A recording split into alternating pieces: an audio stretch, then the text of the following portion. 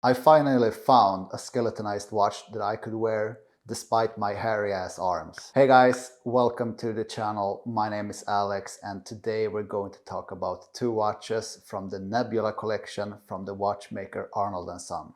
Before we jump into the watches, I would like to thank the guys over at INDP Watches in Stockholm that are official retailer for the brand and many other independent brands such as Chapek, Bouvet, and many more. So thank you guys for lending me the watches.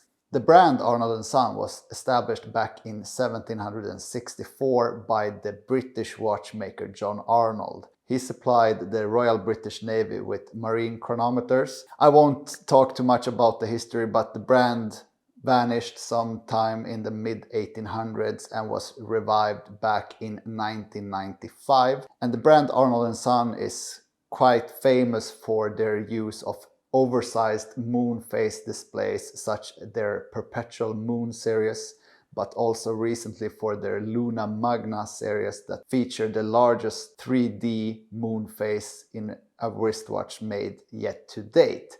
So they like their astronomy, they like their moons, they do some really cool pieces, but the Nebula collection is one of their more entry-level collections. And with entry level, these pieces are around 15,000–20,000 euros. So you take it for what it is. But this is priced as one of their more achievable pieces in their collection. And I like skeletonized watches. I've always been a fan. However, with my hairy wrists, it's a bit of a turn off to look at your wrist with a skeletonized piece and just see a bunch of arm hair. So with the Nebula I can finally enjoy a skeletonized timepiece without seeing all that hair. And this collection is available in two different sizes. We have one size that is 38mm and one that is 41.5. Both versions are available in both stainless steel and rose gold. And the larger one today is the one in steel with the blue PVD treatment to the dial, the bridges and so on. And that one was actually introduced this year in 2022. And there's one difference between the two apart from the size, and that is that the larger version at 41.5 is also available on a stainless steel bracelet if you don't want to have it on a leather strap or this blue ballistic rubber strap, while the 38 is only available on a alligator leather strap. What's nice about these pieces is that if we talk about the case, apart from the size, that the 38 is very wearable. Even for my 16.5 centimeter wrist, I find it really comfortable on the wrist. It wears really nice. The thickness is also below 9mm on both the watches, which I think is a very nice thing that they have kept them slim still. And obviously the star of the show is the movement here, but also the case is very nicely finished and mixes brushed and polished surfaces very nicely. And as you can see here on the side of the lugs, they have also a kind of a plaque. I don't know what to call it in English, to be fully honest, but they have a nice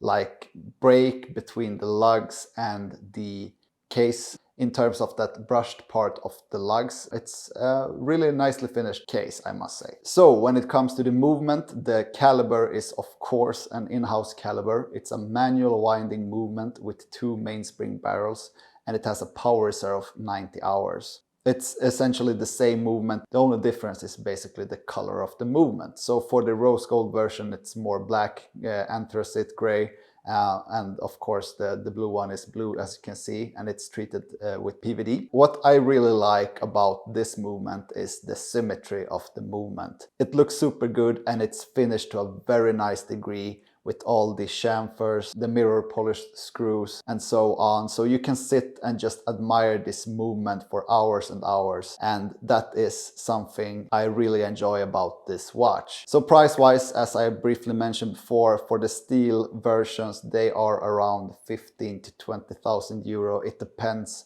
on your country and your VAT. And the rose gold version is about 30–35,000 euros. So it's an expensive watch, I must say. But however, when you look at this package and the level of finishing, the symmetry of the movement, I mean, take a look at the backside of the movement. It's like equally nice on the backside where you can see the whole mechanism. You can just sit and admire these things for hours. And it's just a simply beautiful watch. So my take on the watch Pros and cons, obviously it's super nicely finished. The 38mm case size wears super well even on a smaller wrist. And overall it's just a very nice package of a well finished case, a beautiful symmetrical skeletonized movement, and a wearable size.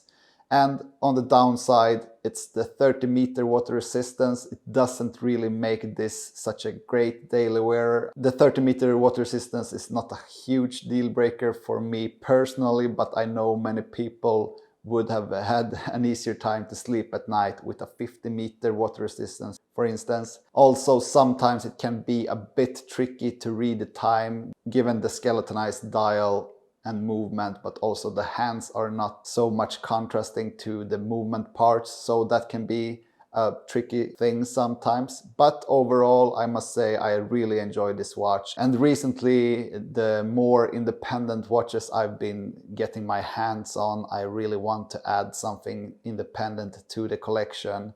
This one in steel and 38mm is a contender. We'll see if we end up, or if I end up with anything at all, but in the future I could definitely see the 38mm Nebula, preferably in stainless steel since the price tag, in my collection.